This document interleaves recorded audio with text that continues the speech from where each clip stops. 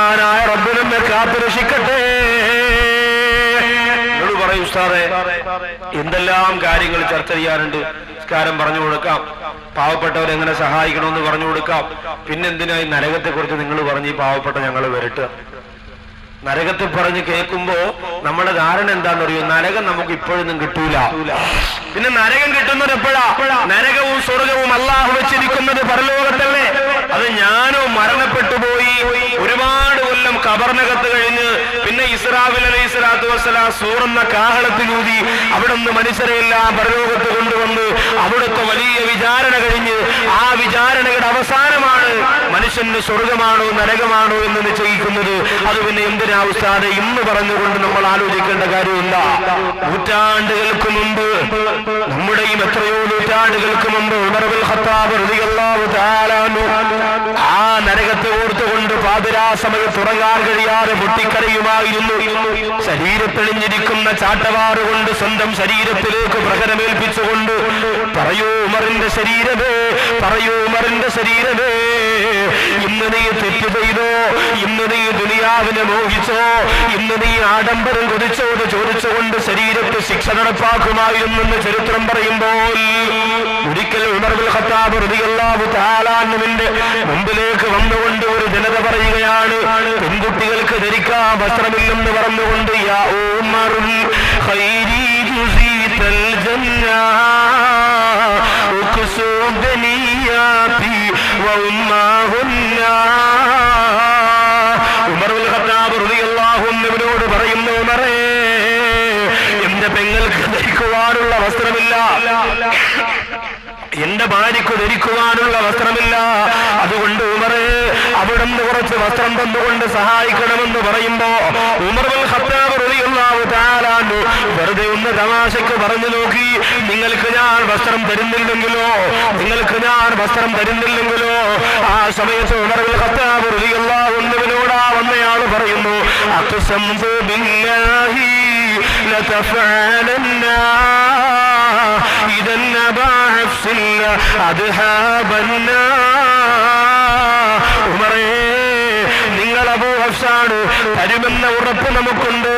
ഇനി നിങ്ങൾ തന്നില്ലെങ്കിലോ രണ്ടാമതൊന്ന് ചോദിക്കാൻ നിങ്ങളുടെ മുമ്പിൽ ഞങ്ങൾ നിൽക്കൂലാന്ന് പറഞ്ഞുകൊണ്ട് ഞങ്ങൾ തിരിച്ചു പോകും. മാത്രമല്ല, നിങ്ങളുടെ കയ്യിൽ വസ്ത്രം വെച്ചിട്ടാണ് തരാതിരിക്കുന്നത് എങ്കിൽ ഇമ്മായിലാനാരി ഇമ്മാ ജന്ന, ഒന്നെങ്കിൽ അല്ലാഹു നിങ്ങളെ നാളെ പരലോകത്ത് ഇതിന്റെ പേരിൽ ഒരുപക്ഷെ നിങ്ങൾക്ക് നരകം തന്നേക്കാമെന്ന് പറഞ്ഞപ്പോ മക്കാ മണൽപ്പരികളെ കെടുകിടാതിറപ്പിച്ചു കളഞ്ഞ മക്കയുടെ പർവ്വതങ്ങൾ പോലും വിറച്ചു തുള്ളിപ്പോയ ഉമർ ഇബ്നുൽ ഖത്താബ് റളിയല്ലാഹു തആല അൻഹുവിന്റെ ആഗമനം കണ്ടിട്ടാണെങ്കിൽ ആ നേതാവായ സയ്യിദുനാ ഉമർ ഇബ്നുൽ ഖത്താബ് റളിയല്ലാഹു തആല അൻഹു പറയുകയാണ്, പൊട്ടിക്കരഞ്ഞുകൊണ്ട് ഒരു കൊച്ചുകുട്ടിയെ പോലെ നിലവിളിച്ചുകൊണ്ട് ഇറങ്ങി വന്നിട്ട് ആ പാവപ്പെട്ട സഹോദരനെ വാരിപ്പിണർന്നുകൊണ്ട് പറയുകയാണ്, നിന്റെ നാവ് കൊണ്ട് എനിക്ക് നരകമാണെന്ന് പറയല്ലേ, നിന്റെ നാവ് കൊണ്ട് എനിക്ക് നരകമാണെന്ന് പറയല്ലേ. ഒരുപക്ഷെ ആ വാക്കല്ലാഹു സ്വീകരിച്ചാൽ ഉമറിന്റെ അമലുകളെല്ലാം പൊളിഞ്ഞു പോകൂലേ എന്ന് ചോദിച്ചുകൊണ്ട് ഒരു കൊച്ചുകുട്ടിയെ പോലെ പൊട്ടിക്കരഞ്ഞത് 2011-ലല്ല, 2010-ലല്ല, 1400 മുമ്പാണ്. എന്നാൽ ഈ കാലഘട്ടത്തിൽ ജീവിച്ചിരിക്കുന്ന ഞാനും നിങ്ങൾ അല്ലാഹുവെ ഓർക്കാൻ നേരമില്ലാതെ പള്ളിയുടെ മുമ്പിലൂടെ മടപ്പ് കെട്ട് ദുനിയാവിന്റെ കാര്യത്തിന് വേണ്ടി പരക്കം പായുമ്പോ അല്ലാഹുവിന്റെ പള്ളിമരാരത്തിൽ നിന്ന് ബാങ്ക് മുഴങ്ങുമ്പോ വീടിന്റെ അകത്തിരുന്നു കൊണ്ട് റിയാലിറ്റി ഷോയുടെ പ്രിയപ്പെട്ട നീ ഇഷ്ടപ്പെടുന്ന ഗായകർക്ക് വേണ്ടിയിട്ട് മെസ്സേജേക്കാൻ ഉളുപ്പില്ലാത്ത മുസ്ലിമേ അള്ളാന്റെ പള്ളിയിൽ നിന്ന് ബാങ്ക് കേട്ടുകൊണ്ടിരിക്കുമ്പോ തുണ പറന്നുകൊണ്ട് സ്വറ പറന്നുകൊണ്ട് സംസാരിച്ചുകൊണ്ട് പൊട്ടിച്ചിരിച്ചുകൊണ്ട് കടകമ്പോളത്തിനകത്ത് സമയം കളയുന്ന മോനെ, 2011-ല് എത്ര തവണ നിനക്ക് കരയാ കഴിഞ്ഞിട്ടുണ്ട് മോനെ. അല്ലാഹു സുബ്ഹാനഹു വ തആല പടച്ചിരിക്കുന്ന നരകത്തെ കുറിച്ച് ഓർത്തുകൊണ്ട് നൂറ്റാണ്ടുകൾക്ക് മുമ്പ് ചിന്തിച്ചിട്ട് ഉറങ്ങാൻ കഴിയാതെ പൊള്ളുന്ന പായ പോലെ അതിൽ നിന്ന് ചാടിയെടുത്തിട്ടുകൊണ്ട് ഉമർ ഇബ്നുൽ ഖത്താബ് റളിയല്ലാഹു തആല അൻഹു നിലവിളിച്ചില്ലേ, ഇന്ന് നമ്മളോ, നമുക്കിന്ന് പേര് തീരെയില്ല. പഴയ കാലത്തൊക്കെ നമ്മൾ ആലോചിക്കണം, എന്തോ ഒരു ഭയമായിരുന്നു. പള്ളി എന്ന് പറഞ്ഞാൽ, ബാങ്ക് എന്ന് പറഞ്ഞാൽ, വഅ്ളെന്ന് പറഞ്ഞാൽ, ഖുർആൻ എന്ന് പറഞ്ഞാൽ അതിനൊരു പ്രത്യേകമായ ഖൗഫും ഒരു ആദരവും നമ്മൾ കൊടുത്തിരുന്നു.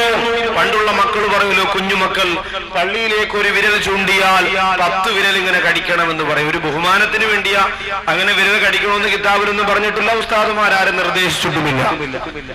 എങ്കിലും പള്ളിയിലേക്ക് ഒരു വിരൽ ഇങ്ങനെ ചൂണ്ടിയാൽ അത് വിരൽ ചൂണ്ടാനുള്ള സാധനം അല്ല, അതിന് ബഹുമാനം കൊടുക്കേണ്ടതാണ്. അതുകൊണ്ട് അതിനോട് കാണിച്ച അനാദരവിന് പകരമായി 10 വിരലുകളെ ഇങ്ങനെ വായ്ക്കകത്ത് വെച്ചിട്ട് കടിക്കുമായിരുന്നു. ഇന്ന് ആ പള്ളിയിൽ നടക്കുന്ന പോലെ എന്താ, ആ പള്ളിയുടെ ചുവരിൽ നമ്മുടെ മക്കൾ എഴുതി വെക്കും, ഒറ്റക്കണ്ണം മോദീൻ രാജിവെക്കുക, കരിക്കട്ടിട്ട് എഴുതി വെക്കും.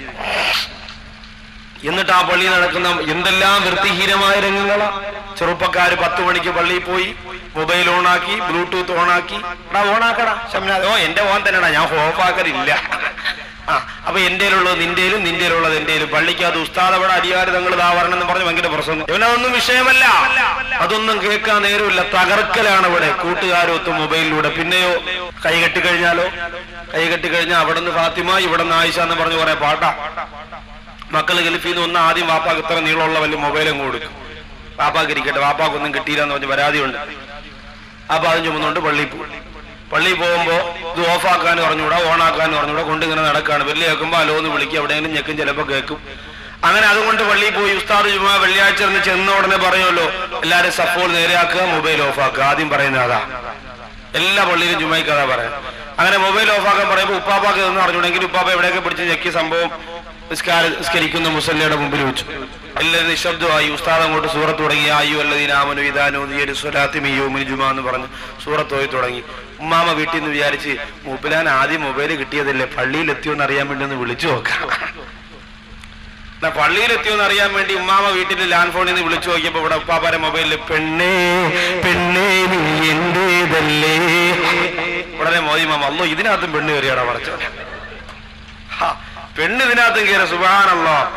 ഈ ഉപ്പാപ്പ ആണെങ്കിൽ പാട്ടിന്റെ വോളിയം കാണാൻ ചൈന സെറ്റാണ്, എവിടെ കേൾക്കാന്നറിയോ, മണ്ടേ കയറി നിൽക്കാണ് അതിന്റെ. എന്നിട്ട് ഓഫ് ആവല്ല, അടുത്തിരിക്കുന്ന ഒരാൾ ഓഫാക്കണ എന്നുള്ള വിളി മതി. ഉസ്താദിന്റെ സൂറത്തും തെറ്റി. ആകെ മൊത്തം ഗ്രാനൈറ്റ് സൗദമില്ലേ പള്ളി. ഇതിങ്ങനെ മുഴങ്ങി കേൾക്കുമ്പോ നമ്മൾ പറഞ്ഞിട്ട് കാര്യമില്ല, എന്തായാലും ഉസ്താദിന്റെ തൊട്ട് പറയില്ല നിൽക്കുകയുള്ളൂ. സൂറത്ത് തെറ്റി. ഉടനെ ഒരാൾ ഏറ്റവും പറയുന്നത് തറക്കൂക്ക കായ്മ, ഈ പറഞ്ഞു കൊടുക്കണല്ലോ തെറ്റിപ്പോയാ. അപ്പൊ അടുത്തേക്ക് പറഞ്ഞാ അത് ഈ സൂറത്തിലല്ല, അത് 2ാമത്തെ റക്അത്തില്ല. ആകെ കുളമായി. കുറച്ച് പേര് താമസിച്ചു വന്നവര് പറഞ്ഞു, എടാ ഇന്ന് പള്ളിയിൽ നിസ്കാരമില്ലെന്ന് ബാക്കവിലെ ഗാനമുള്ള അമ്മക്ക് പോവാന്ന് പറഞ്ഞു. അങ്ങനെ ജുമാ നമ്മുടെ പള്ളിക്കകത്ത് കിടക്കുന്ന കാര്യമാ. പിന്നെ എല്ലാ പള്ളിയിലും എഴുതി ഇവിടെ കിടന്ന് ഉറങ്ങരുത്, നമ്മൾ അവിടെ കിടന്ന് ഉറങ്ങി വായിക്കകത്തൂടെ. പണ്ട് പള്ളിക്കകത്ത് കിടക്കുന്നവർക്ക് കണ്ണീരൂടെ കണ്ണീര് വരും, ഇന്ന് പള്ളിക്കകത്ത് കിടക്കുന്നത് വായിലൂടെയാണ് കണ്ണീര് വരിക. അതിങ്ങനെ ഒഴുക്കി പള്ളിക്കകത്ത് അങ്ങനെ കിടക്കും. പിന്നെ എന്തൊക്കെ കോലമാണ്, ചാരിയിരിക്കുന്നു, ഹ്യൂരയിലേക്ക് കാല് നീട്ടിയിരിക്കുന്നു, ഏതൊക്കെ രീതിയിലും മോഡലിലുമാണ്. അള്ളാഹു കാത്തുരക്ഷിക്കുമാറാകട്ടെ. അതുകൊണ്ട് ഭയം, ഖൗഫ് നമ്മുടെ മനസ്സിൽ നിന്ന് നഷ്ടപ്പെട്ടു പോയി, തിരിച്ചു കൊണ്ടുവരണം. ആ പേടി നമ്മുടെ മനസ്സിന്റെ അകത്ത് ചെയ്യുന്ന ചെറിയൊരു തെറ്റിന് പോലും ഖുർആൻ എഴുതിയ കടലാസ് നമ്മുടെ തഴവയുടെ പരിസരത്ത് എവിടെയെങ്കിലും ഒന്ന് കിടന്നാൽ, ആ കടലാസ് ഒന്ന് ചവിട്ടിയാൽ അല്ലാഹുവേ അതിന് പകരം പോലും നരകം തരുമോ എന്ന് പേടിക്കണം മുസ്ലിമേ. ഖിബ്ലയിലേക്ക് കാല് നീട്ടിക്കൊണ്ടിരിക്കുമ്പോൾ അതിന് പകരം പോലും അല്ലാഹു നരകം തരുമോ എന്ന് പേടിക്കണം. ബഹുമാനപ്പെട്ട തഴവപ്പള്ളിയുടെ പരിശുദ്ധമായ മുറ്റത്ത് ഈ രാജ്യം മുഴുവനും, ഈ നാട് മുഴുവനും, എന്റെ നാട് മുഴുവനും ഇൽമ കൊണ്ട് അനുഗ്രഹിക്കണേ തമ്പുരാനെ എന്ന് ദുആ ചെയ്തുകൊണ്ട് കിടന്നിറങ്ങുന്ന രാജകുമാരനെ ഓർമ്മയില്ലേ? ആ ബഹുമാനപ്പെട്ട ഗുരുനാഥന്റെ ഗുരുവര്യന്റെ ഖബറിടം അല്ലാഹു വിശാലമാക്കി കൊടുക്കട്ടെ. ഖിബ്ലയ്ക്ക് നേരെ നീട്ടിടല്ലേ കാല്, ഖുർആന്റെ നേരെയും നല്ല ദല്ലീഹാല്. ഖിബ്ലയുടെ നേരെ കാല് നീട്ടല്ലോ, ഖുർആന്റെ നേരെ കാല് നീട്ടല്ലോ. എത്ര മര്യാദയുള്ള വാക്കുകൾ കൊണ്ട് അദബ് പഠിപ്പിച്ചു തന്ന ലോകത്തൊരുപാട് സരളമായ ശൈലിയോട് പരമ ഉസ്താദ് പറഞ്ഞു തന്നില്ലേ എന്റെ പ്രിയപ്പെട്ട മുഅ്മിനേ. അതുകൊണ്ട് ചെയ്തു പോകുന്ന ചെറിയ തെറ്റിന് പോലും അല്ലാഹുവിന്റെ അടുത്തുനിന്ന് നരകത്തിന്റെ അദാബ് ഇറങ്ങുമെന്നുള്ള ഭയം നിന്റെ മനസ്സിൽ വേണേ. അള്ളാഹു ആ ഭയം നമുക്ക് തരട്ടെ. ആ ഭയമുള്ളത് കൊണ്ടാണ് റാബിയത്തുൽ അറബിയ ഖുർആൻ കൊണ്ട് മാത്രം സംസാരിച്ചത്. ആ ഭയമുള്ളത് കൊണ്ടാണ് നഫീസത്തുൽ മിസ്രിയ റളിയല്ലാഹു തആല ഖബറിന്റെ അകത്ത് മണ്ണ് വാരി കയ്യിൽ വെച്ചുകൊണ്ട് നിലവിളിച്ചത്. ആ ഭയമുള്ളത് കൊണ്ടാണ് എത്രയോ സഹാബത്ത് നിസ്കാരത്തിൽ ബോധരഹിതരായി വീണുപോയത്. ആ ഭയമുള്ളത് കൊണ്ടാണ് പള്ളിക്കകത്തിന്റെ പ്രിയപ്പെട്ടവരെ തേങ്ങലും സങ്കടവും നെഞ്ചുടിപ്പുമായിട്ട് പഴയകാലത്തുള്ള ആരിഫ്യങ്ങൾ സമയം ചെലവഴിച്ചു പോയത്. നമുക്ക് ആ ഭയം തിരിച്ചു കൊണ്ടുവരണ്ടേ സഹോദരിമാരെ? അള്ളാഹുവിന് വേണ്ടി തലമറക്കുന്ന, അള്ളാഹുവിന് വേണ്ടി ശരീരം മറക്കുന്ന, അള്ളാഹുവിനെ പേടിച്ചുകൊണ്ട് ജീവിക്കുന്ന സമയങ്ങൾ നമ്മുടെ ജീവിതത്തിന് വേണ്ടി. ഇല്ലെങ്കിൽ ആ നരകമെന്ന് പറയുന്നത് പരലോകത്ത് മാത്രമല്ല, പിന്നെ നരകമാണോ സ്വർഗമാണോ എന്നറിയുന്നത് മഹ്ശറയിലല്ല, ഇവിടെ വെച്ചാണ് എന്റെ പ്രിയപ്പെട്ടവരെ, ഈ ദുനിയാവിൽ വെച്ച് തന്നെ. ഇവിടുന്ന് മരണപ്പെടുമ്പോ തന്നെയാണ്, ഇവിടുന്ന് നാം എന്ന് മരണപ്പെടുന്നുവോ അന്ന് തന്നെ നരകമാണെങ്കിൽ അള്ളാഹു നമുക്ക് നരകം കാണിച്ചു തരുന്നതാണ്. സ്വർഗമാണെങ്കിൽ അള്ളാഹു നമുക്ക് സ്വർഗം കാണിച്ചു തരുന്നതാണ്. സ്വർഗം കണ്ടു മരിക്കാൻ വബിശ്ശിറൂ ബിൽ ജന്നത്തില്ലതീ കുന്തും തുഅദൂൻ. അള്ളാഹു നിങ്ങൾക്ക് വാഗ്ദാനം ചെയ്യപ്പെട്ടിരിക്കുന്ന സ്വർഗം കൊണ്ട് സന്തോഷിച്ചു കൊള്ളുക എന്ന് പറഞ്ഞ് റഹ്മത്തിന്റെ മാലാഖമാര് മരണത്തിന്റെ സമയത്ത് ഇറങ്ങി വരുന്ന മയ്യത്താക്കി അള്ളാഹു നമ്മെ മാറ്റട്ടെ. അങ്ങനെ മരിക്കാനുള്ള മഹാഭാഗ്യം നമ്മുടെ ഉസ്താദുമാരുടെ ബറക്കത്ത് കൊണ്ട് ശിക്ഷാവാറ പടച്ചവൻ നമുക്ക് തരട്ടെ. ഒരാള് മരണപ്പെടാൻ സമയത്ത് അസ്രായിൽ മുമ്പ് വരുമ്പോ തന്നെ അവന് നരകമാണെങ്കിൽ നരകം കാണിച്ചു കൊടുക്കുമെന്നാണ്, സ്വർഗമാണെങ്കിൽ സ്വർഗം കാണിച്ചു കൊടുക്കും. അതുകൊണ്ടാണ് ചില ആൾക്കാരുടെ കണ്ണിങ്ങനെ പുറത്തേക്ക് തള്ളി കണ്ണുനീരൊഴുകി നെഞ്ചുടിപ്പോടെ പൊട്ടിക്കരന്നുകൊണ്ട് എത്രയോ പേര് നിലവിളിച്ചുകൊണ്ട് കെലിമ പറയാൻ പറ്റാതെ മരണപ്പെടുന്നുണ്ട്. സ്വർഗം കണ്ടവരാണെങ്കിലോ അവർക്കടുത്തിരുന്ന് മക്കളൊരാൾ ലാ ഇലാഹ ഇല്ലല്ലാഹ് എന്ന് പറഞ്ഞാൽ മതി. അത് കേട്ട ഉടനെ അവര് പറയുന്നു ലാ ഇലാഹ ഇല്ലല്ലാഹ്. അല്ലാത്തവർക്ക് പറയാൻ പറ്റൂല. അല്ലാഹു നമുക്ക് സ്വർഗം കണ്ടു മരിക്കാനുള്ള മഹാഭാഗ്യം തരട്ടെ.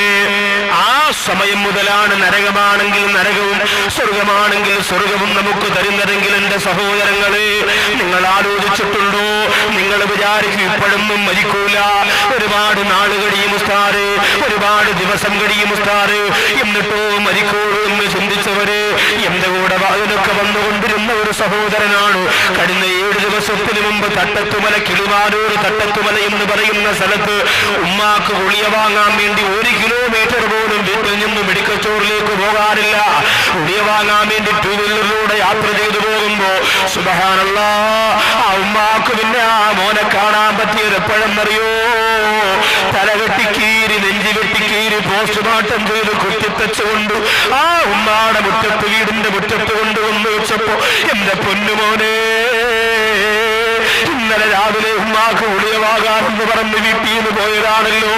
തിരിച്ചു വരുന്നതിന് മുമ്പ് അപകടം സംഭവിച്ച് വെഞ്ഞാറമൂട് ഗോകുലം മെഡിക്കൽ കോളേജിൽ എന്റെ പ്രിയപ്പെട്ടവരെ 2 ദിവസത്തെ ചികിത്സയ്ക്ക് 3.5 ലക്ഷത്തോളം രൂപ ചെലവഴിച്ചിട്ട് ആ പൊന്നുമോന്റെ ആയുസ് തിരിച്ചു വിട്ടിയില്ലാരെങ്കിൽ അത് 18 വയസ്സിന് മാത്രം പ്രായമുള്ള സിനാസ് എന്ന് പറയുന്ന ഒരു മുസ്ലിം സഹോദരനാണെങ്കിൽ ചിന്തിച്ചു നോക്കണം. ചെറുപ്പക്കാരാ, കണ്ടുപിടിച്ചുകൊണ്ട് പെണ്ണുപിടിച്ചുകൊണ്ട് തോന്നിയതുപോലെ ജീവിച്ചതുകൊണ്ട് 90 വയസ്സ് വരെ ഞാൻ ജീവിച്ചിരിക്കും ഉറപ്പ് പറയുന്ന സഹോദര, ഉത്സവപ്പറമ്പിന്റെ അകത്തലത്തിൽ പാതിരാ സമയം പുറക്കമിടുന്നുകൊണ്ട് ഗാനമേളക്കാരന്റെ അവസാന പാട്ട് കേട്ടുകൊണ്ട് ഉടുമുണ്ടിൽ തലയിൽ കെട്ടുകെട്ട് അല്ലാതെ പറന്ന് നൃത്തം ചെയ്യുന്ന കള്ളിനും മദ്യത്തിനും പെണ്ണിനും അടിപ്പെട്ടു പോലെ യുവത്വമേ,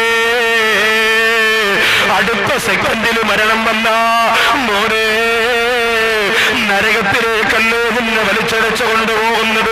നരകമുറപ്പായി മരിച്ചുപോയവർക്ക് അല്ലാഹു കൊടുക്കുന്ന ഭയാനകരമാണ് അതാത് എന്തെന്നെ പ്രിയപ്പെട്ട സമുദായത്തിന്റെ സഹോദരങ്ങൾ പഠിക്കണേ. അവര് നരകം കണ്ട് മരിക്കുമെന്ന് മാത്രമല്ല, അവരെ നരകത്തിന്റെ മാരാകമാര് വന്ന് കുളിപ്പിക്കുമെന്നാണ്, അവരെ കഫം പൊതിയുമെന്നാണ്. എന്നിട്ടോ പള്ളിപ്പറമ്പിലേക്ക് അവരെ കൊണ്ടുപോകുമ്പോ നായകളോടുള്ള സമീപനം പോലെ ആ മയ്യത്തിനോട് പെരുമാറുമെന്നാണ്. ആർക്കും വേണ്ടാത്തതുപോലെ ചീഞ്ഞെഴുന്ന ശവത്തിന് നാലുകൾക്ക് വലിച്ചെറിഞ്ഞു കൊടുക്കുന്ന പോലെ ആരുടെ മണ്ണിന്റെ കത്തളത്തിലേക്ക് ആ മയ്യത്തിന് വലിച്ചെറിയപ്പെടുമെങ്കിൽ അല്ലാഹു കാത്തുരക്ഷിക്കട്ടെ. എത്ര വഖത്ത് നിസ്കാരം കളാക്കിപ്പോയി മോനെ. ക്യാൻസർ എന്ന രോഗം വന്നാൽ പിന്നീട് അല്ലാഹുവിനെ വിളിക്കാൻ നീ സമയം കണ്ടെത്തുന്നില്ലേ? ട്യൂമർ വന്നാൽ, കിഡ്നി തകരാറ് വന്നാൽ അറിയാതെ ഇന്നലെ വരെ ഇല്ലാത്ത പടച്ചുറമ്പുരാന് ഒരു സെക്കൻഡ് കൊണ്ട് 1000 പ്രാവശ്യം വിളിച്ചു പോകുന്ന എന്റെ പ്രിയപ്പെട്ട ചെറുപ്പക്കാരാ, അനീബോ ഇലാ റബ്ബിക്കും ദാസിലിമൂ ലഹു, മടങ്ങി വന്നോ, അള്ളാന്റെ മുമ്പിലേക്ക് മടങ്ങി വന്നോ, അള്ളാന്റെ ദീനിലേക്ക് മടങ്ങി വന്നോ. ആ നരകമെന്ന് പറയുന്ന ലോകത്തെ ഭയന്ന് വിറച്ചുകൊണ്ട് പൊട്ടിക്കരഞ്ഞോ. അള്ളാഹുവിന്റെ പരിശുദ്ധമായ പള്ളിക്കകത്ത് പോയി സുജൂദിൽ കിടന്ന് നിറകണ്ണോട് അള്ളാഹുവിനോട് തൗബ ചെയ്തു. അള്ളാഹു സ്വർഗം കണ്ട് മരിക്കാനുള്ള മഹാഭാഗ്യം ഈ സാധുക്കളായ നമുക്ക് തരട്ടെ. അതുകൊണ്ട് കുറഞ്ഞുപോയ ഖൗഫിനെ തിരിച്ചു കൊണ്ടുവരണം, കുറഞ്ഞുപോയ ഭയത്തെ നമ്മൾ തിരിച്ചു കൊണ്ടുവരണം. നരകം എന്ന് പറഞ്ഞാൽ ഇന്ന് വളരെ ചില ആൾക്കാർ നിസ്സാരമായിട്ട് പറയൂലേ, നിസ്കരിക്കാൻ വരണില്ലേക്ക, ഓ നിസ്കരിക്കണം, നിങ്ങളെല്ലാരും അങ്ങ് സ്വർഗത്തിൽ പോയി, അള്ള നരകം പടച്ചിട്ട് ആരും ഇല്ലെങ്കിൽ അള്ള തന്നെ നാണക്കേടല്ല, അതുകൊണ്ട് നരകത്തിൽ പോവാനും കുറച്ച് പേര് വേണ്ടേ. തമാശയ്ക്ക പറയാൻ ആലോചിച്ചോക്കെ. നരകം തമാശയ്ക്ക് ഉപയോഗിക്കാനുള്ളതല്ല. റമദാൻ മാസത്തിൽ പള്ളിയുടെ നടയിലിരുന്ന് ബീഡി വലിക്കുന്ന ഒരു പാപ്പ ഉസ്താദ് പറഞ്ഞു, ഉറപ്പാണ് ളുഹർ നിസ്കാരം കഴിഞ്ഞ് നിങ്ങൾ ബീഡി വലിക്കണമെങ്കിൽ നിങ്ങൾക്ക് നരകമാണെന്നുള്ളതിൽ വേറെ സംശയമൊന്നുമില്ല, റമദാൻ മാസമാണ്. ഈ കാഫിര്യങ്ങൾ പോലും ആദരിക്കുന്ന ഈ മാസത്തിൽ നിങ്ങൾ ബീഡി വലിച്ചില്ലേ പള്ളിയുടെ നടയിൽ, നിങ്ങൾക്ക് നരകം ഉറപ്പാണ്. പാപ്പ പറഞ്ഞു, ഒരു കണക്കിന് നരകം ഉസ്താദ് നല്ലത്. ഉസ്താദ് ചോദിച്ചത് എന്താ? ഇവിടെ എനിക്ക് ഒരു ദിവസം ബീഡി വലിക്കണമെങ്കിൽ 50 തീപ്പെട്ടി വേണം, നരകത്തിലാകുമ്പോൾ തീപ്പെട്ടി വേണ്ട, കാണിച്ചു കൊടുത്താൽ കത്തിക്കോളൂ. വേറെ സഹോദരൻ ചോദിക്കുക, ഉസ്താദെ നരകത്തിൽ ബാത്റൂമാണ് ഉസ്താദെ. അപ്പൊ കൂടെ ഒന്നും പറയാം, പോടാ അവിടെ ബാത്റൂം, ചൂടുവെള്ളം കുടിച്ച് തൊണ്ട ഉരുവി കിടക്കുമ്പോഴാണ് ബാത്റൂം. ഇത് നരകത്തിന്റെ ചർച്ചകളാണ്. നമ്മുടെ നാട്ടിൽ ഇന്നത്തെ യുക്തിവാദികൾ സമ്മാനിച്ച ആശയങ്ങളും ആദർശങ്ങളും അവരുടെ കൂടെ കൂട്ടുകൂടിയിട്ട് എന്റെ പ്രിയപ്പെട്ട സഹോദരങ്ങൾക്ക് വന്നുപോയത് അള്ളാഹു കാത്തുരക്ഷിക്കട്ടെ. ശ്രദ്ധിച്ചേ പറ്റൂ, ഒരുപാട് ഗൗരവത്തോടെ മനസ്സിലാക്കിയേ പറ്റൂ. അള്ളാഹുവിന്റെ ഹബീബായ നബിതങ്ങളോട് സഹാബത്ത് ചോദിച്ചു, നരകത്തിന്റെ നിറം എന്താ? നരകത്തിന്റെ നിറം എന്താ?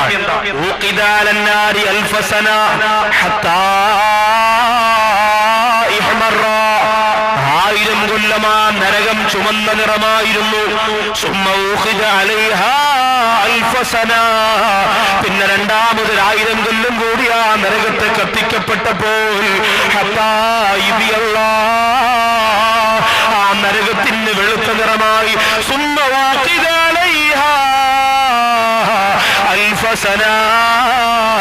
പിന്നെ മൂന്നാമത് 1000 കൊല്ലം കൂടി ആ നരകത്തെ കത്തിക്കപ്പെട്ടപ്പോൾ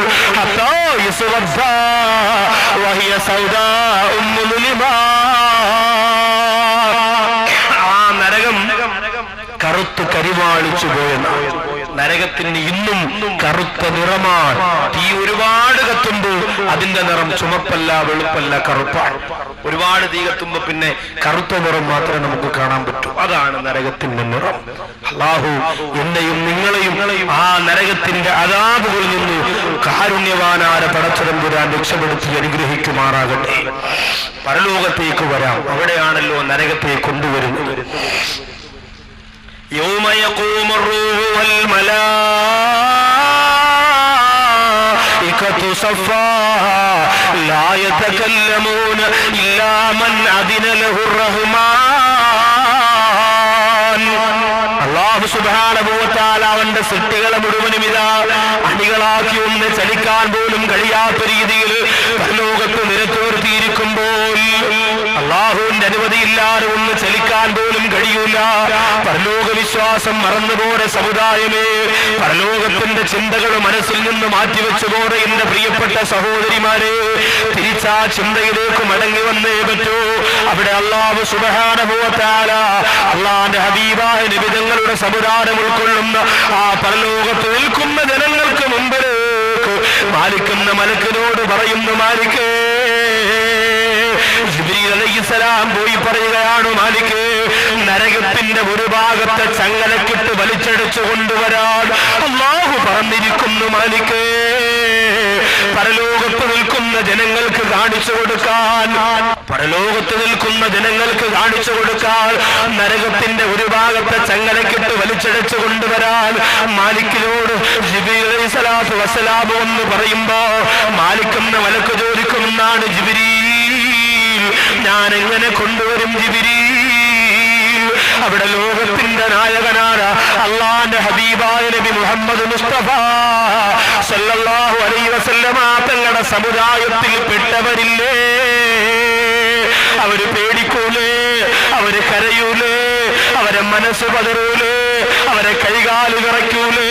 അവര് നരകം കണ്ട് അത്ഭുതപ്പെട്ടു പോകൂലേ എന്ന് ചോദിക്കുമ്പോ ജിബ്രീൽ അലൈഹിസ്സലാത്തു വസ്സലാം പറയുന്നു, അറിയില്ല, അല്ലാഹുവിന്റെ കൽപ്പനയാണ്, ഞാൻ പറഞ്ഞെന്ന് മാത്രമേ ഉള്ളൂ.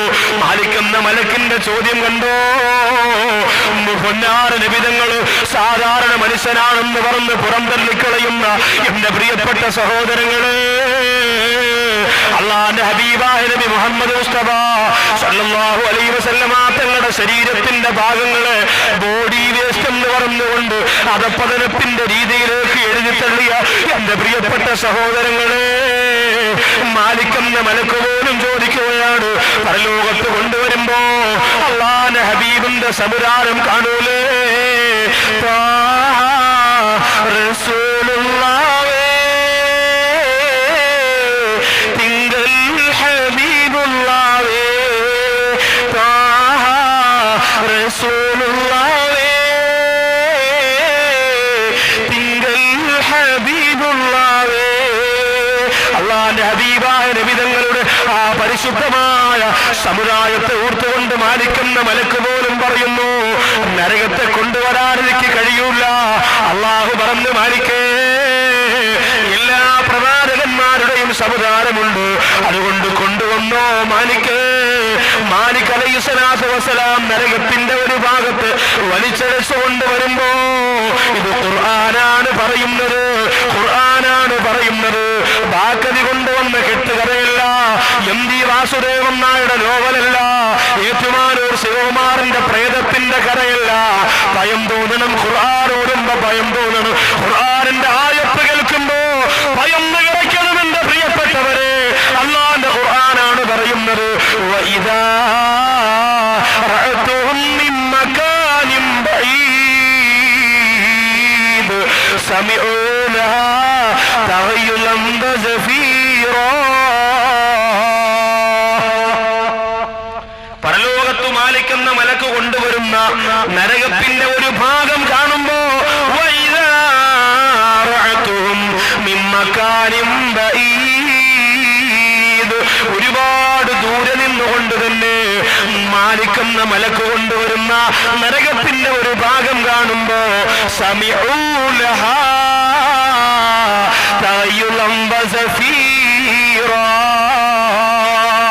ആ നരകത്തിന്റെ വിളിയാളോ, ആ നരകത്തിന്റെ ഞരങ്ങലോ, ആ നരകത്തിന്റെ അട്ടഹാസവും കേട്ടുകൊണ്ട് അവർ ചോദിക്കുകയാണ്, ഹൽ മറബ്ത മിൻ സബീൽ. പടച്ചവനെ, ഇവിടെ നിൽക്കാൻ വയ്യ റബ്ബേ, ഇവിടന്ന് രക്ഷപ്പെടാൻ വല്ല മാർഗവുമുണ്ടോ? ഇവിടന്ന് രക്ഷപ്പെടാൻ വല്ല മാർഗവുമുണ്ടോ? ഇവിടെ നിൽക്കാൻ വയ്യ. ആ പരലോകത്ത് നരകത്തിന്റെ ഭാഗം കാണുമ്പോ എത്രയോ സഹോദരങ്ങൾ പറഞ്ഞു പോകുമെന്നാണ്. ഒരു വർഷം കൂടി തഴവയിലൊന്ന് ജീവിക്കാൻ ഒരു അവസരം കിട്ടിയാൽ, ഒരു മാസം മതി പടച്ചോനെ, ഒരു ദിവസം മതി തമ്പുരാനെ, ഞാൻ അവിടെ പോയി നല്ലതുപോലെ ജീവിച്ച് ഈ പരലോകം ഭയന്നവനായി പൊട്ടിക്കരഞ്ഞ് ദുആ ചെയ്തുകൊണ്ട് തിരിച്ചു വരാം എന്ന് അല്ലാഹുവിനോട് അവിടെയുള്ള ജനങ്ങൾ പറഞ്ഞു പോകുമ്പോൾ അല്ലാഹു പറയും, മലക്കുകളെ വേണ്ട,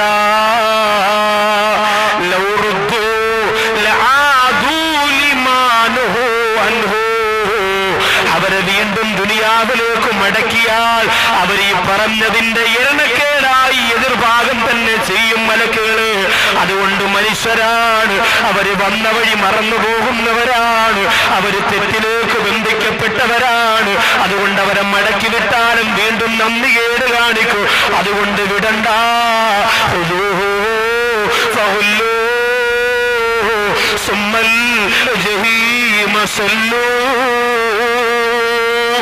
അവരെ പിടിച്ച് ചങ്ങലക്കിട്ട് വലിച്ചെറിയൂ എന്ന അല്ലാഹുവിന്റെ ആജ്ഞ വരും. അല്ലാഹു കാക്കട്ടെ. നരകത്തിന് 7 കവാടങ്ങൾ. 7 കവാടങ്ങൾ. ഈ 7 കവാടത്തിലൂടെയാണ് നരകത്തിലേക്ക് മനുഷ്യർ കടക്കുക. ഓരോ കവാടത്തിലും കടന്നു പോകുന്നവരാരാണെന്ന് അല്ലാഹു തീരുമാനിച്ചിട്ടുണ്ട്. അവരാരാണെന്ന് ഇൻഷാ അല്ലാഹ് നമുക്ക് ചർച്ച ചെയ്യണം. അറിയണേ നരകമിന്റെ ഇറകളെയും തുറക്കുമേ, കടക്കുമേ അതിലെരിയുമേ നിങ്ങൾ ഔവലദിൽ ജഹന്നമേ വഇന്ന ജഹന്നമ ലമൗഇദുഹും അജ്മഈൻ ലഹാ സബ്അതു അബ്വാബ് ലികുല്ലി ബാബിൻ മിൻഹും ജുസ്ഉം മഖ്സൂം. നരകത്തിന് 7 കവാടങ്ങളാണ്. ആ നരകത്തിന് സബ്അതു അബ്വാബ് 7 വാതിലുകളാണ്. ലികുല്ലി ബാബിൻ മിൻഹും ഓരോ വാതിലിലൂടെ, ഓരോ കവാടത്തിലൂടെ ജുസ്ഉം മഖ്സൂം അല്ലാഹു നിശ്ചയിച്ച, അല്ലാഹു തീരുമാനിച്ച ഓരോ വിഭാഗങ്ങളുണ്ട് എന്ന് അല്ലാഹുവിന്റെ ഖുർആൻ പറയുന്നു. ഒന്നാമത്തെ കവാടമേതാ? എന്റെ ഈ തഴവ കുറ്റിപ്പുറത്ത് നുസ്രത്തുല്ലനാ സാധു സംരക്ഷണ സമിതിയുടെ 2ാമത് വാർഷികത്തിന്റെ പരിപാടിയിൽ വന്ന എന്റെ പ്രിയപ്പെട്ട മുസ്ലിങ്ങളെ, ഈ പറയാൻ പോകുന്ന ഒരു സ്വഭാവ ദൂഷ്യവും നിനക്ക് വരാൻ പാടില്ല. ഒന്നാ, നീ മരിക്കുന്നത് നരകം കണ്ട, നിന്റെ ഖബർ നരകത്തിന്റെ ഭാഗമാണ്, നിന്നെ കുളിപ്പിക്കുന്നത് നരകത്തിന്റെ വെള്ളത്തിലാണ്, നീ ധരിക്കുന്നത് നരകത്തിന്റെ വസ്ത്രമാണ്, നിന്നെ കൊണ്ടുപോയി അടക്കിയത് മുതൽ പിന്നെ എന്റെ പ്രിയപ്പെട്ടവരെ, നരകത്തിന്റെ ഭയാനകരമായ ചൂടിൽ നിന്ന് രക്ഷപ്പെടോ നമുക്ക് സാധിക്കുകയില്ല.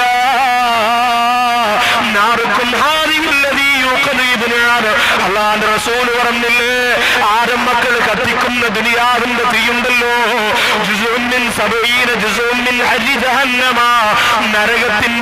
നരകത്തിന്റെ തീയുടെ ചൂടിൽ നിന്ന് 70ൽപ്പെട്ട ഒരു അംശം മാത്രമാണെന്ന് അല്ലാഹുവിന്റെ റസൂൽ പറയുമ്പോ, ദുനിയാവിന്റെ ചൂടത്ര ഭയാനകരമാണ്, ദുനിയാവിന്റെ തീയത്ര ഭയാനകരമാണ്. പെട്രോളിന്റെ വാഹനം അങ്ങോട്ട് കത്തിപ്പോയാൽ പ്രിയപ്പെട്ടവര്, ആ തീ അങ്ങോട്ട് ആളിപ്പടരുമ്പോ 10,000-കണക്കാര മനുഷ്യമക്കള് സെക്കൻഡുകൾ കൊണ്ട് വെന്തുരുകി പോകുന്നത് ദുനിയാവിന്റെ ചൂടിന്റെ തീയുടെ ശക്തിയല്ലേ. ഗ്യാസ് കുറ്റിയുടെ മുമ്പിൽ നിന്ന് പ്രിയപ്പെട്ടവര് അത് പൊട്ടിത്തെറിച്ചു പോയി മക്കളോടൊപ്പം കുടുംബം കത്തിയമർന്നു പോയ കഥ പത്രത്തിലൂടെ വായിക്കുന്നവര്, ഒരു ഗ്യാസ് കുറ്റി അങ്ങോട്ട് പൊട്ടിപ്പടർന്ന് തീയാളി പിടിച്ചിട്ട് ഒരു കുടുംബം മുഴുവനും കത്തിക്കരിഞ്ഞു പോരെങ്കിൽ അത് ദുനിയാവിന്റെ തീയല്ലേ, അത് ദുനിയാവിന്റെ തീയല്ലേ. അപ്പോ പിന്നെ നരകത്തിന്റെ തീയോ? ആ തീ ഖബറിൽ വന്നാലോ? ആ തീ പരലോകത്ത് നമ്മെ ഭയപ്പെടുത്തിയിട്ട് വിചാരണയുടെ വേളകളിൽ നമ്മുടെ കൂടെ നിന്നാലോ? അല്ലാഹു കാത്തുരക്ഷിക്കട്ടെ. അതുകൊണ്ട് ഈ പറയാൻ പോകുന്ന ഒരു വിഭാഗത്തിലും നിങ്ങൾ പെടാൻ പാടില്ല. ഒന്നാമത്തെ വാതിലിന്റെ പേരെന്തെന്നറിയോ? ഇസ്മുഹു ജഹന്നം. ഒന്നാമത്തെ കവാടത്തിന്റെ പേര് ജഹന്നം എന്നാണ്. ആരാണ് ജഹന്നമിലൂടെ കടക്കുന്നത്? ജഹന്നമിലൂടെ കടക്കുന്നത് ആരാണ്? വഇദാ ഖീല ലഹു തഖില്ലാഹ് അഖദതുൽ ഇസ്സതു ബിൽ ഇസ്മി ഫഅസ്മുഹു ജഹന്നം വലബിഅസൽ മിഹാദ്. ജഹന്നമിലൂടെ കടക്കുന്നവരാരാണ്? അല്ലാഹുവിന് തഖ്വ ചെയ്യാൻ പറഞ്ഞാൽ, അല്ലാഹുവിനെ സൂക്ഷിക്കാൻ പറഞ്ഞാൽ, നിസ്കരിക്കാൻ പറഞ്ഞാൽ, തലമറക്കാൻ പറഞ്ഞാൽ, നോമ്പ് പിടിക്കാൻ പറഞ്ഞാൽ, ഇതൊക്കെ വേറെ ചില ആൾക്കാർക്ക് പറഞ്ഞിട്ടുള്ളതാ, കാശും പവറുമുള്ള ഞങ്ങൾക്ക് പറഞ്ഞിട്ടുള്ളതല്ല എന്ന് പറഞ്ഞുകൊണ്ട് പിന്തിരിഞ്ഞു പോകുന്ന പോകുന്ന അഹങ്കാരികൾ, അവർക്കാണ് നരകത്തിന്റെ ഒന്നാമത്തെ കവാടം. ഇന്ന് തലമറച്ചാൽ അഹങ്കാരത്തിന്റെ മോഡലിലാണ് ചില സഹോദരിമാര് മറയ്ക്കുക. 3 രീതിയിലാണ് തലമറ. ശ്രദ്ധിച്ചോളണേ, 3 രീതിയിലാണ്. DPP വാള കണ്ടോ? ഒന്നാമത്തെ രീതി, പഴയകാലമല്ല, ഒരു 3-4 വർഷം കൊണ്ടുണ്ടാവുന്ന ഒരു മാറ്റം. ഒന്നാമത്തെ രീതി ഏതാ? എന്റെ സഹോദരങ്ങളേതാ? ഇത്ര ഇത്ര മറച്ചിട്ട് ബാക്കി ഇത്ര രജനീകാന്ത മോഡൽ ഇങ്ങനെ ഫ്രണ്ടിലിട്ടിരിക്കും. എന്നിട്ട് മുടി ഇങ്ങനെ നെറ്റിയിലൂടെ ഇട്ടിട്ട് ഇടയ്ക്കിടയ്ക്ക് സൂറാത്ത അങ്ങനെ ഭൂന്ന് ഊതി മുകളിലോട്ട് ഇങ്ങനെ വിട്ടിട്ട് ഒരു പ്രത്യേക മോഡലിലായിരുന്നു കുറെ നാൾ അങ്ങനെ. അത് കഴിഞ്ഞിട്ട് രണ്ടാമത്തെ മോഡൽ കുറച്ചു നാളതാ ഇങ്ങനെ അങ്ങോട്ട് ഇട്ടിട്ട്, എന്നെ നല്ല ഈമാനുള്ള മോള്, ഇവിടെ നിങ്ങനെ പിടിക്കും, ഇവിടെ നിങ്ങനെ പിടിക്കും. ഇത് രണ്ടും കൂടെ പിടിച്ച് ഉദിയേക്ക് മോദിമാമ ബോത്തിന്റെ കാലി കെട്ടണ പോലെ ഇവിടെ ഒറ്റ കെട്ട ഇങ്ങനെ കെട്ടിവെക്കും. ഇത് രണ്ടാമത്തെ മോഡൽ. ഇപ്പൊ ലേറ്റസ്റ്റ് മോഡൽ ഏതാന്ന് പറയാം, 2011 ഏറ്റവും പുതിയ മോഡൽ എന്ന് പറഞ്ഞാൽ ഇങ്ങനെ വെക്കും. വെച്ചിട്ട് ഈ ഷാളിന്റെ 2 അറ്റം ഉണ്ടല്ലോ, അതുകൊണ്ട് ഇങ്ങനെ ഒരു കെട്ടുണ്ട് ഇവിടെ. ഇതൊക്കെ പഠിക്കണം, ഇതൊക്കെ നോക്കി. ചുമ്മാ മക്കളും താത്തായും പറയണ മാറ്റുണ്ടെങ്കിൽ കൊടുത്താൽ പോരാ, ഇറങ്ങി പോണ പോലെ നോക്കണം. ഇങ്ങനെ കെട്ടും. ഇങ്ങനെ ഇടുമ്പോ നല്ലതുപോലെ എല്ലാം പറഞ്ഞിട്ടുണ്ട്, റെഡിയാണ്.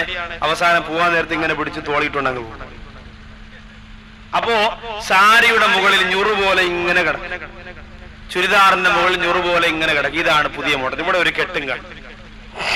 ഇതാണ് ഇപ്പൊ നമ്മുടെ സഹോദരിമാരുടെ തലയല്ല മറയ്ക്കുന്നത്, തോളാ മറയ്ക്കുന്നത്.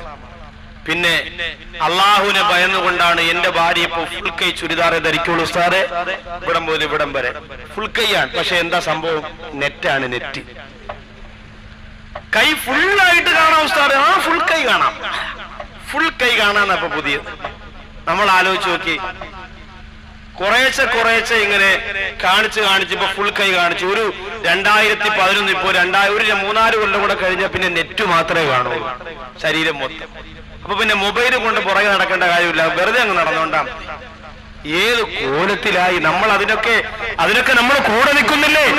65,000 രൂപയുടെ പർദ്ദയാണ് 2 മാസമാണ് ഇറങ്ങിയിട്ട് കാസർഗോഡ് ജില്ലയിൽ.